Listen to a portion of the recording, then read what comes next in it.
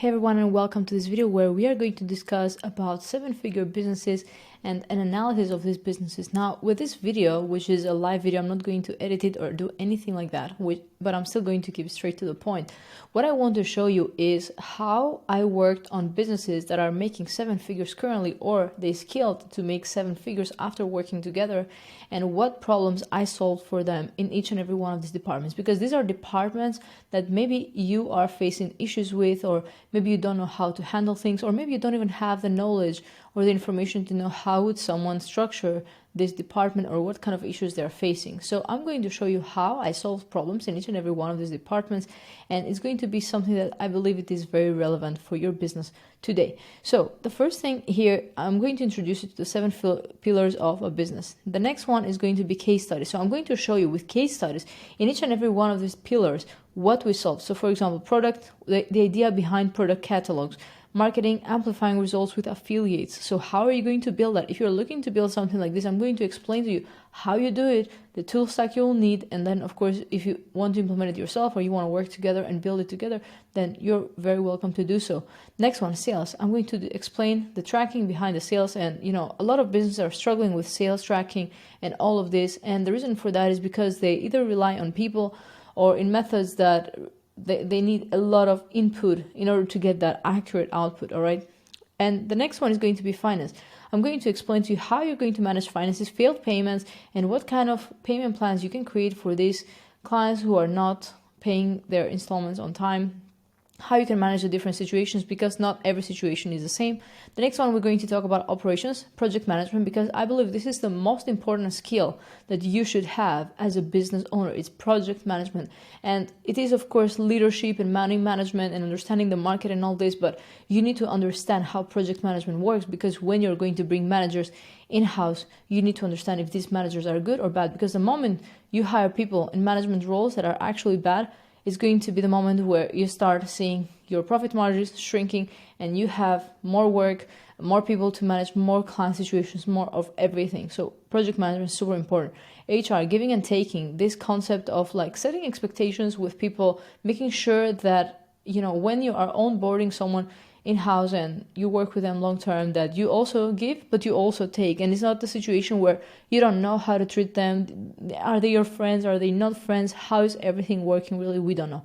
And the last part we're going to talk about is client fulfillment. For a lot of agencies, people struggle to remove themselves from the day-to-day operations, from delivering to their clients, because they became very good at delivering. So then it's a struggle to remove themselves. This is something that I also, to this day, I would say I still struggle with, because it is a very niche offer I have. It's a very niche way of working with people, if that makes sense. So it is important that you understand how to remove yourself.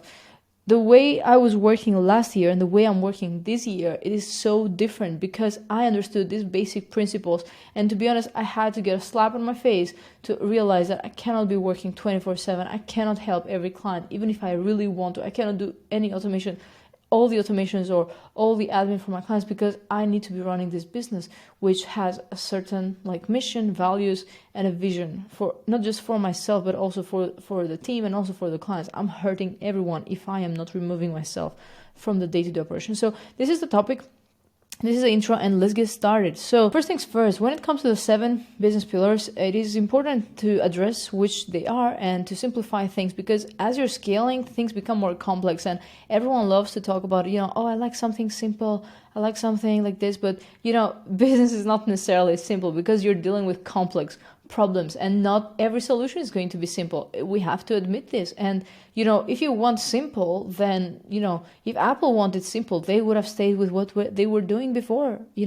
If they wanted simple, they would sell one product for life. But that's not it, because life changes, business changes, and you need to adapt. And these changes sometimes are complex, and you need to find not try to stay away from complexity, but you have to address complexity in a simple way, if that makes sense. So you don't try to bring in complicated solutions like, okay, we're going to be a department of this, department of that, like 100 departments, 100 people. No, you want to stick to the basics: product, marketing, sales, finance, operations, HR, fulfillment. That's it. Okay. Now there are different things, different people, hacking, biohacking. There's so many things that people are trying to sell you out there, but at the end of the day, the business is the same. It's 7 pillars. You address the 7, you take care of the 7, you're good. That's all you have to worry about. All right. So don't try to invent complicated terms, complicated solutions to complex issues, because it gets even worse, right? So we try to address complexity with simplicity, if that makes sense. So we try to make it simple for the users, for the team, for the clients.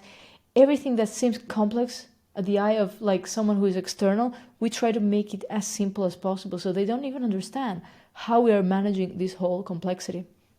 Now, this is my view on business, and this is how I address all these problems our clients are bringing us, because, you know, in my role and how I help clients with systems operations and helping them scale, what happens very often is that they get lost in the sauce, right? Like there's so many ways, so many things to do, and so many people to manage, and so many ways to scale, and it becomes complex, and they try to hide from this complexity. And my role when they hire me and we work together on their systems and their scaling is take all these problems, absorb them, analyze them, and just come up with a plan. So making things simple, finding solutions that work not just for now, but forever, or they are evergreen, if I can say that. This is something that I really focus on when I work with clients. So this is also something you need to focus on and adapt if you want to make sure that, you know, when it comes to scaling, you're not getting lost in the sauce, you're not working 24/7, and you don't spend money buying random things or random services that don't even make sense, right? You stick to the basics, you know, take care of the basics always, and then from there you can go and add more strategies, more this, more that. But if your 7 pillars are not in place properly, then you're going to struggle. We have the business audit, which is something you can do it yourself or we can do it together. But this is something like potentially to consider is a business audit. It's also a product that we have built, and you can analyze the health score of each and every one of your departments. You know exactly what you need to build, and you stop doing the busy work. Instead, you do the real work, okay? Now, that's it when it comes to the 7 business pillars. So let's get into the case study. So with the case studies, as I explained, what I want to do here is I want to show you, okay, this department, this issue, here's a solution, right? Because I think it's going to be more helpful for you to see what are some common issues that you're going to face, or maybe you are facing, and here's how I solve them for other businesses. Right now, the solutions are live. It has worked. There's no guesswork. It works. It's just out there in reality right now. So the first one is the idea behind product catalogs. And what happens very often when we're starting with our business is that we either stick to one product or we have a bunch of products. And there is space and time for each and every one of these solutions, and both work. Like, it's not like it doesn't work to have multiple products or to have just one product. But the idea here is that when you have multiple products as a beginner, you're going to get lost, right? Which one should I sell? Should I sell this? Should I sell that? And maybe your product is not even defined. So you're going to take some time to define your product. Now, product catalogs. As you're scaling your business and maybe you have one offer, you're going to see that people are coming to you because they want to work with you regardless of what you're selling, right? Like, oh, do you have this? Do you have that? And maybe you're going to start noticing patterns. So then the question comes like, do I launch a new product? What do I do? And the idea behind product catalogs is that you want to have 3 types of products. You want to have one for mass market. You want to have a mid-tier product, which is something that, you know, a smaller percentage can afford, but it's still broad enough. And then you want to have a high ticket product that only a few people can purchase right away, or it solves their problem. And the reason for that is because when it comes to like the bigger audience where you have low ticket products, you can see here examples. I'm giving you free products, a free community, a paid community, which they pay maybe a subscription, which is very low, or a SaaS product. The reason why you want to have this audience is because you want to constantly build a pool of buyers, people who are familiar with you, they understand what you're doing. They're like, okay, this person is delivering. What else do they have to sell? And then audience 1 becomes audience 2, and then potentially becomes audience 3. You may have people who will jump from audience 1 to audience 3, or people who don't even go through your low ticket products and directly go to, you know, your high ticket products, but it's not going to be a very high percentage. So the way you want to structure your products is, you know, you want to start maybe with a high ticket. If you know, or you have a skill, or you have the experience and you know how to do things, you can start with that. But then you want to go back and build tickets that are products that are more affordable to the broader audience. And the reason for that is because you want to constantly nurture people to become audience 2, to become audience 3, to potentially stay clients for life. All right, this is something I am doing with my products, or something I'm actually working on, to have broader audience, people to get to know me. And then once they know that I can deliver, we go to audience 2. Well, then they want to buy some other products from me, and they constantly want to buy from me because they know that I deliver, or, I put a lot of attention to actually delivering. All right. And then they become audience 3. Maybe they are never going to become audience 3, but they are aware of my products. So then they're going to refer people. Okay. So this is how this works. And of course, when it comes to advertising to audience 1, 2, or 3, of course, it is easy to advertise to all of them, but you are going to have different strategies. For audience 1, people can buy upfront. They don't need to jump on a sales call. For audience 2, potentially they need to jump on a sales call, or it's going to be your downsell if people don't buy the products for the audience 3. All right. And you can see here's what this funnel looks like. In reality, we use the funnels in different ways, like, you have awareness and all this. But here I like to show you with this funnel that, audience 1 is there at the top. Like, sure, they're aware of your products. Maybe they purchase some of them. They're getting nurtured. And then the ones that are bringing the most revenue to your company are usually people from audience 3, because you have high ticket products. So this is when it comes to like products and how I solve these issues. I've had clients who just had like high ticket products, right? And they're like, oh, let's just advertise to book sales calls for this high ticket product. But what happened is that they were not converting. It's really hard to get someone to buy something from you for 15, 20, 30K if they never heard of you, right? Or the sales cycle is going to be much longer. So what you want to do with audience 1 and audience 2 products, you want to nurture them. You want to give them that information fast and shorten that sales cycle. So this is what this client of mine did. I'm not going to say names here, but this is what one of my clients did. And what happened is that people who are audience 1, they were like, they had the money to buy the product, like the high ticket product, but they were like, I'm not sure, it's risky. What should I do? Let me just buy something low ticket, see how they're delivering, if I'm vibing with them, if it's good or not, and then I'm going to buy product 3. So of course this converted very well. They had call setters, people calling leads from audience 1, and then from there they would just purchase, schedule calls with them, and then they would purchase. It became much easier. And then of course, if you have people that you're constantly proving to them that you are actually keeping your word and they can trust you, of course they're going to buy a higher ticket for you. Okay, so don't just try to necessarily jump on a high ticket right away. Potentially when you're first starting, yes, you can do that in order to have some capital, so then you can reinvest back in your business and run ads and all this. But it is important to consider that if your business is plateauing and you see that like it's hard to get people to buy my high ticket product, to then getting them to buy the low ticket, it's much easier.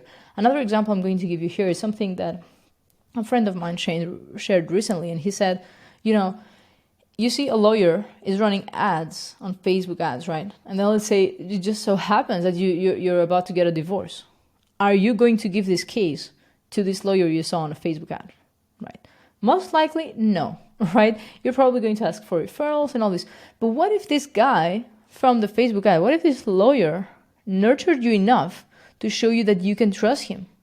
Does it matter if it's a referral? No, because you've been nurtured, right? If this lawyer is going to sell you some low ticket products, something that is going to show you like, oh, he's actually legit. He's got some case studies and he actually manages these cases with difficult divorces. Well, maybe I should bring my case to him, or maybe I should consider him. Maybe I should just get on a call or meet with this person. So that's the product catalogs, and this is the idea behind it. A lot of businesses that are scaling to multiple 7 figures or 8 figures per year, they are leveraging this, okay? You will not see people who have just one product at 7 figures. Maybe they do, but they will have other products as downsells. And very often, if they don't have, they're losing a lot of money, because this is something I've seen with most of my clients.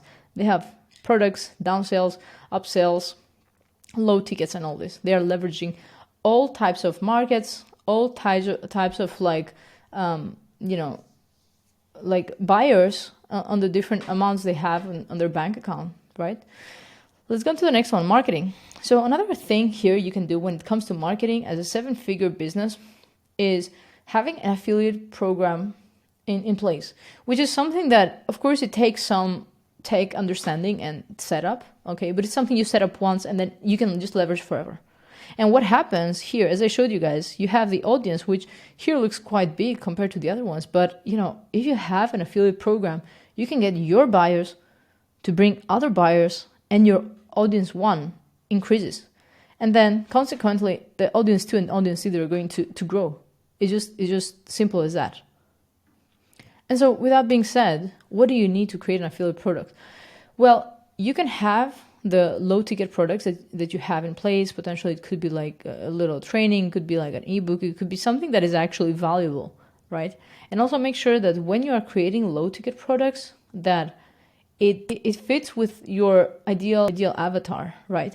For example, if your avatar doesn't read, you're not going to give them an ebook, right? You're just going to give them maybe a course or maybe some tools or a community or calls, something that they're actually going to consume. You don't want to give them something that they're just going to throw it on the shelf or like they don't even check ever, because that doesn't serve the purpose of upselling clients.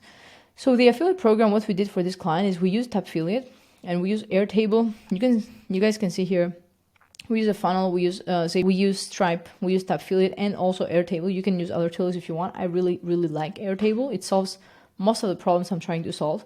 And what we did is we created an affiliate product.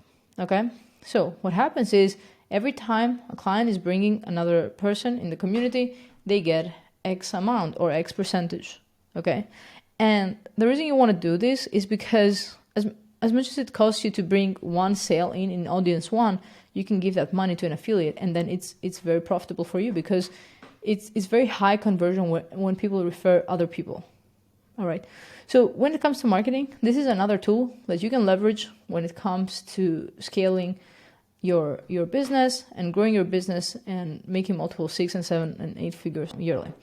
Now let's go to the next one, and that's going to be sales. So for sales, this is also another product that I'm preparing. Maybe by now it is live and you can access it. But what we're doing here is we are using a sales CRM tool. And a lot of businesses, usually what they're struggling with is tracking, right? Like you may have a CRM, but nobody is using it. And that's usually because the CRM is not accurate, all right? So what I use for CRM currently is Go High Level. Maybe in the future I'm going to change. Of course, I really like Salesforce. And for anyone making 7 and 8 figures, I would highly recommend. You can literally build just about anything there. And of course, it requires some management, but you know, everything that is going to generate you multiple 6, 7, 8 figures in revenue requires some type of management and maintenance. And what I'm doing with tracking here is basically I am syncing the statuses. So you can see here, we have a closing calls pipeline. You can see it right here. And these opportunities are basically sales calls, right? I close the call with Alex and Donald, and then I'm going to move this opportunity into different stages. Of course, I'm not going to explain the entire CRM here on this video because it's going to be like a 5-hour video then. We have trainings for our clients so they can learn exactly how to use this. And of course, we are soon launching our 7-figure systems CRM. But one thing that not a lot of people are doing when it comes to tools like Go High Level is syncing the statuses. All right, so if you're a fellow operator watching this video, this is a secret sauce. Okay, what I mean is I'm syncing the status. If Donald is a no-show, boom, sync status with Airtable or with Google Sheets. So that means the tracking is happening automatically. I don't need to go and put a number 1 if it's a no-show and a not 1 if it's a follow-up and all this. I don't do that. I have the automations do that. And what happens is after you're scaling and you have a bunch of people and a bunch of calls happening every single day, you may want to have someone in sales ops or a tech admin checking that the numbers are accurate and all this. But the heavy lifting is done by the automations. You don't need to do any of this like manually end of the day reports. Like, of course, we keep the end of the day reports because we want to track other numbers. But when it comes to like tracking how many calls were booked, no-show, showed up, followed up from certain sources and all this, we are using Go High Level, a CRM, and then we are syncing whatever is happening on Go High Level with a tracking tool. So if you're interested in this, send me a message. This is something we can build also for you.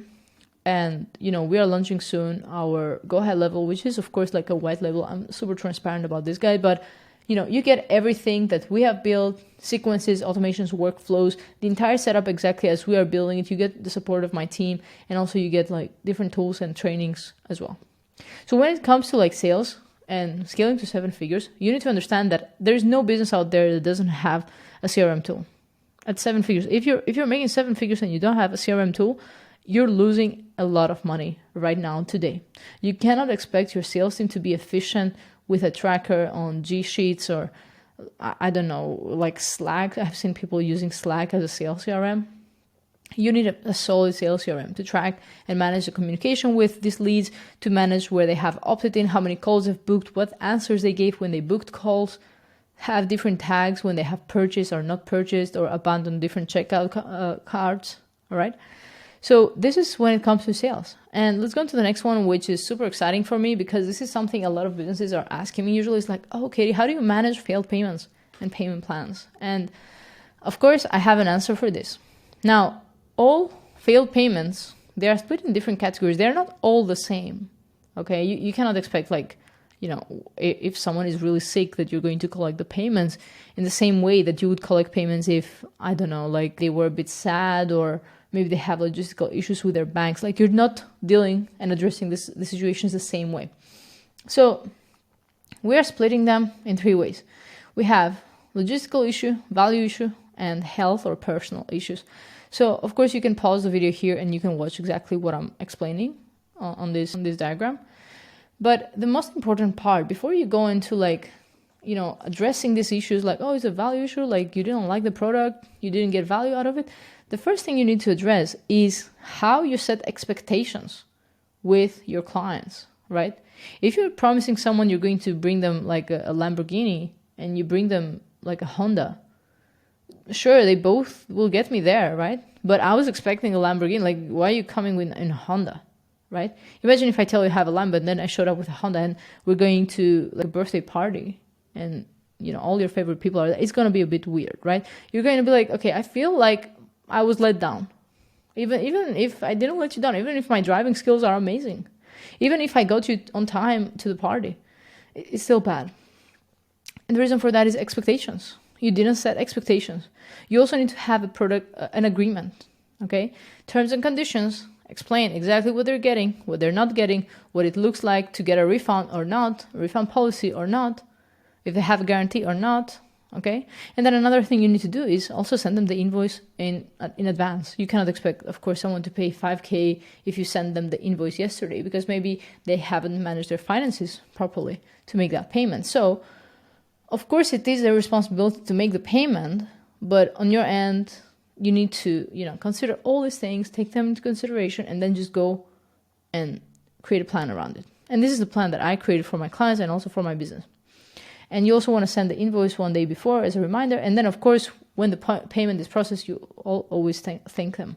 You can thank them with an automated email. Personally, it depends how you want to do this. Now, when it comes to like issues like logistical issues, value issues, and health issues, of course, you have different types of those. And of course, you're going to address them in a different way. If they have logistical issues, you don't need to bring them back to like the client success team or anything like that. As a sales rep, you can manage this. Or if it's an admin person, finance admin person that is taking care of this, then they can manage this themselves. All right. But when it is a value issue, you need to bring it back to the fulfillment team, to the client success team. So then it's together. The client success team and the sales team, they're working together on this, okay? And let me show you some examples of messages that I craft when it comes to addressing these issues, right? So, hey, hope you're doing amazing. This is your invoice. If you want to proceed earlier, let me know. We can charge your card or here's the link, boom. One day before. And then, you know, you let them know if their payments fail. Hey, I just want to let you know this happened. Is this the person? Would you be able to process it here as soon as possible? So you don't make assumptions like, okay, you don't have money. Are you broke? No, you just tell them like, hey, it failed. We don't know why, but can we take care of it today? If they don't respond, you are asking them if they had a moment to check your last message, right? Because most likely they have checked it, they're just not responding. So you tell them, hey, did you have a moment to check my last message? Do you have some time to check it out? And, you know, you remind them why they have to pay as well, right? Don't you just be like a collector, like, hey, pay. You also want to tell them like, hey, yeah, let's pay. So let's get this out of the way so we can go back to like crushing it together, working together and all this. And then when they mention money issues, then you don't just tell them, oh, okay, it's fine, you don't have to pay. Like, this is not something that should ever be happening. These people agreed, I'm sorry if it sounds bad, but, you know, these clients agreed to a service. You provided a service, now they don't want to pay. Isn't that unfair? Isn't that Isn't that not nice to you? So don't think like, oh, I'm not being nice to them if I'm asking them to pay me, because actually they are not being nice to you by not respecting you, by not paying you. Okay? You put time, attention, effort, your team, your resources, and they're not paying you. So what you need to do is create a payment plan in this case. Okay, and this is something that a lot of 7-figure businesses are usually struggling with, because they're like, okay, how, who, whatever, or they have a lot of failed payments. Well, go back, have a right structure with reminders, with people that know who they're being tracked, reminders for your team as well to know what receivables you're expecting. And then from there, if they actually fail and the client has logistical value issues or health issues, you go and address it. And you always create payment plans. Let's say you were supposed to pay 1.5K today and you can't. Well, I'm going to ask you, okay, can you pay 1K today? Or how much can you commit today? And then the rest, you can pay like next week or in 7 days. You want to create a payment plan that doesn't drag too long as well, right? Like if you were supposed to pay 1.5 today, you're not going to say like 100 today and 1.4 in like 2 months. That's too much for you. So you're going to tell them, hey, can you pay this much? Or how much can you commit? And then the rest in 7 days. They're going to say no, likely. So you can just tell them 14 days, 15 days, 1 month. But you need to create that payment plan. You cannot leave that conversation open as to like, now what? We don't know off board or not and all this. So that is it when it comes to like value issues, health issues. Of course, you try to be understanding when they have health issues. Like, it is very different to keep people committed if they have health issues. All right. And yeah, that's basically it when it comes to finances. So I'm going to go now to operations. And operations is this department that is basically the foundation of a business. And very often it is important to fix your operations, but it's never urgent, right? You'll probably keep hearing me say this. And that is because you want to focus on sales. You want to focus on what is bringing the results in the company, and fixing your operations is not that thing. But this works as you're scaling your business when you're first starting. If you are ambitious enough, if you want to have a business asset and not you being the person who is business owned and you run the whole thing, you run the whole show, you need to have solid operations and a solid backend. So how do you do that? I'm going to teach you the number one skill you need to have, and that is project management. Project management is the skill that I believe makes me good at what I'm doing, okay? And why I think I add value to my clients' companies, because I can manage projects. Now, of course, I'm not doing my own project management right now. For all of my clients, I have project managers in place. But with my company, still to this day, what I'm doing is project management. I don't go and build the automation myself. I can go and do it if I want to. I don't go and do the admin work. I can go and do it, but it's not my job. My job is to make sure that my team is performing, that everyone has all the tools, they have all the resources to go and perform. That's my role in the company. And with project management, very often what we will see is that projects start, but they never finish, right? The sooner you turn an idea into reality, the more successful you're going to be, okay? You want to build all of these things that I shared so far, like the products, you want to have the catalog, marketing, you want to have your affiliate, sales, finances, all this. You want to do so many things, okay? But it's only a few people who are going to turn these wants into reality. And the reason for that is because they don't have good project management. They try to do crazy stuff, they commit for 1 day, for 2 days, and then or they try to bring in people, they don't explain things, they don't have right expectations, they don't have management skills, fail. They don't make decisions, they don't have a purpose, they don't know what they're doing, fail. So many ways to fail when it comes to managing a project. And when you're managing a project for yourself, let's say, a project is to go on holidays or prepare, I don't know, to go on your birthday party. That's a mini project. Because your team is going to not perform, your client is going to be unhappy, your service is going to suck, you're going to get a bad reputation. Okay, worst case, all this. And of course, if you know how to manage your people, your time, your tools, as I'm showing you here, your resources, then you're good. You're good with project management. Really, that's all it takes. It takes management skills, to manage these resources. The moment you learn how to manage these resources, and the moment you understand a few more things like monitoring and controlling the output, you're good to go. There's not one thing that I cannot build today. If you ask me, hey, can you build this? I'll be like, okay, cool, I can do it. Because I know how to manage these resources. I know, okay, I need to find these people. I need to have this much time. I need these tools and these processes in place. And I need to have this quality control when it comes to the output. Let's do it, right? I've built multiple tools because of this reason. And let's get started with this. Project management has different phases. And the first one is initiation. Here you have stakeholders, meaning people who really care for this project to be launched successfully. It could be your clients, could be a CEO, COO, CFO, all right? And at this phase, you want to define exactly what you're doing and why you're doing it and to what extent, right? Like, we are trying to launch a product. Okay, but what does that practically mean? Do you want a funnel? Do you want ads? What do you want? Or do you just want a product that you're going to promote to your existing clients through some emails, right? You need to define the scope. And I have added here some questions you should be able to answer in each and every one of these phases. And I'm not going to go in depth because it's going to be a very long video, but you need to have answers to all these questions before you move on to the next. And as entrepreneurs, we like to think that, whatever, like, you get it. You get it? Yeah, you get it. Cool, let's go. Let's do it. And that's not how it works when you scale, because you have your funnel builder, you have your copywriter, you have your ops people, you have your marketing people. It's a lot of people and a lot of ideas and a lot of brains. So what you want to do is you want to define things. It's not just about getting it. Okay, of course, smaller tasks, yeah, but not projects. Projects like launching a product is the reason why you haven't launched any product today is because you don't put your project management skills in place, or you don't have project management skills. That it's simple as that. Okay, so the next one is the phase of planning, and this involves creating a roadmap, making sure that you have broken things down into like tasks. You have specific answers to specific questions. You have a schedule, you have priorities. And all of this, of course, you can use a project management tool like Asana or ClickUp or anything like this, right?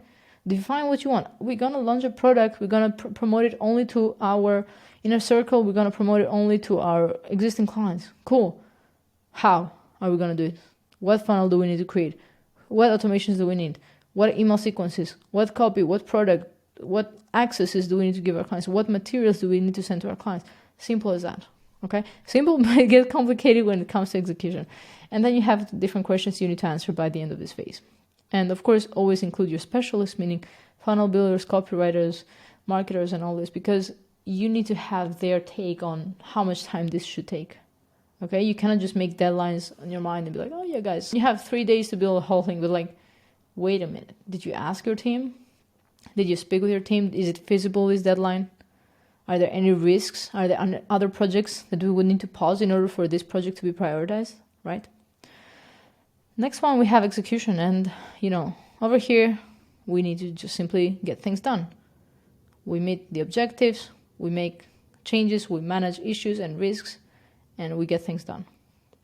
And then the last one is monitoring. Of course, monitoring and controlling is another one, and closing, right? So before you close it and you think like, okay, I'm done, it's over, you need to monitor for some time. You need to make sure that things got done the way you want them to get done.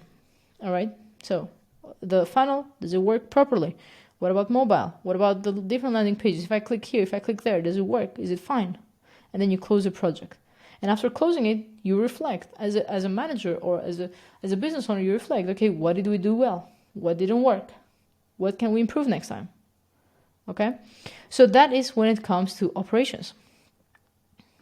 So let's go on to the next one, human resources. Okay, team productivity comes really down to 4 key factors, and as you're scaling, you're going to start potentially hiring B players. Okay, and maybe sometimes it's your fault, maybe sometimes it's this person lied to you and you are ready to fire them or let them go, and you don't know if that's the right thing or what's your problem, what's their problem, what is their solution. So these are the 4 key factors: hiring, expectation systems, and management. Okay? And on this video, I'm going to explain more on expectation setting. So you need to have some things in place and some non-negotiables and also some support to your team. First one is you need to have a solid onboarding process. You need to have interview assignments, meaning you need to give them a task, they completed, what got done, how, who, whatever. They need to have job descriptions and goal setting. They need to have a one-on-one call and initial tasks and monitoring. This is how you start. And then from there, you need to have some non-negotiables, things that you need to be absolutely strict about. I don't care what anyone says. For me, this has allowed me to manage multiple clients, get projects done on time, get businesses scaling because of this non-negotiable. So communication, structured and respectful. We don't use curse words. Yes, we can. We are all adults. It's fine, but it's not positive, okay? It's not positive. So next one, availability. We need to know who is available, when, what times, and when they're out of office. Of course, people should be allowed to be out of office, especially in the online space. We have this tendency to work 24/7, no holidays, nothing. Deadlines is the next one. Meeting these deadlines. If we said Tuesday, it's Tuesday. If it's not Tuesday, then why is it not Tuesday? Let's learn from this, because maybe for this project, it doesn't matter that we finish on Tuesday or Wednesday. It's fine. But what about the important projects that it matters and we fail to deliver? Then what happens? Okay. Meeting client expectations, super important. And then productivity, super important. And then on your end, you need to support your team to allow them to grow, to tell them what and why you're doing things the way you're doing them, and what are you doing. This is how you're going to show them how to think also, right? How do you think? So then they're like, oh, interesting how this person thinks. Maybe now I can also, adopt this way of thinking and I can implement it as well. So they're not dependent on you. If you don't tell your team what and why, and you're constantly just giving orders, they're constantly going to depend on you. And that's going to be very annoying because you're going to be stuck on the day-to-day. Trainings and workshops. Once per week, I train my team. Non-negotiable. We train, learn things, learn about the product, learn about the tools we're using, learn about SOPs. Sometimes we skip these trainings if it's, if we don't have anything to talk about really, or there is no presentation, no preparation, but usually we do take these calls. Share your knowledge and be nice to your team. And then the last part here is systems, right? You need to have systems with your team. They need to know exactly what their job description is. You need to have one-on-one calls with them, and you need to monitor as they're getting onboarded. What are they doing? Are they meeting their deadlines? Are they asking questions? Are they showing up on time? If people are not showing up on time, as in like they show up and then they disappear, and then you ask them a question on Slack and then they respond 3 hours later, then that's a problem, right? Of course, if it's everyone messaging them, they shouldn't respond right away. But if you, as a business owner, is messaging them and they're not responding, then that's a red flag. You shouldn't be chasing them, okay? So that's it when it comes to human resources then for a 7-figure business. And these are all things that I have faced, questions that I have gotten from a lot of business owners who are scaling their businesses. And the last part is going to be fulfillment, which is my favorite part. And something that, I used to think like, oh my God, like how do you scale fulfillment, right? Now you got more people asking for the same thing. It's just you, or it's just you with a small team. Do you need to hire everyone in the world? And how are you going to train so many people? How are you going to manage this backend stretch? And here's how I do it for my clients. These are the 4 pillars when it comes to client success and scaling your fulfillment. You need to have a client journey flow, non-negotiable. You cannot do anything when it comes to scaling your business, your client success, your fulfillment, if you don't have a client journey flow. You don't know what you're giving them. How are you going to scale that thing that you don't even know? And then from there, your team is going to have responsibilities, right? So client journey, we're like, okay, this is what happens. Someone talks with the client, email here, email there, this and that, tracking here, tracking there. Now let's say, okay, who's going to do this? Maria, John, Michael, George, okay?